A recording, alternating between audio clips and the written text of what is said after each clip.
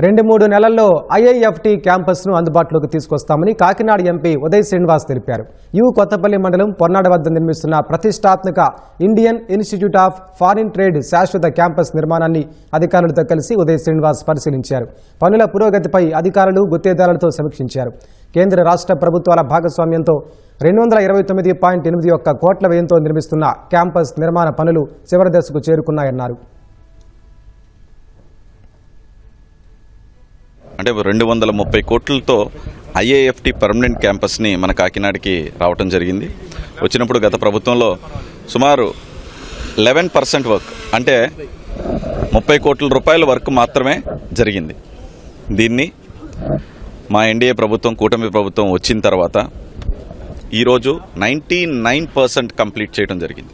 So 99% అంటే ఒక 2-3 మంత్స్లో దీన్ని టోటల్ ప్రాజెక్ట్ కంప్లీట్ చేసి ఐఐఎఫ్టీకి హ్యాండ్ ఓవర్ కూడా చేసే ప్రక్రియలో దీన్ని ఒక 2-3 మంత్స్లో ఒక మంచి డేట్ చూసుకుని దీన్ని ఓపెన్ చేయడం కూడా జరుగుతుంది. So India's one of the best educational institute కాకినాడలో పూర్తి అయిపోయే స్టేజ్కి వచ్చినందుకు నిజంగా చాలా ఆనందంగా ఉంది.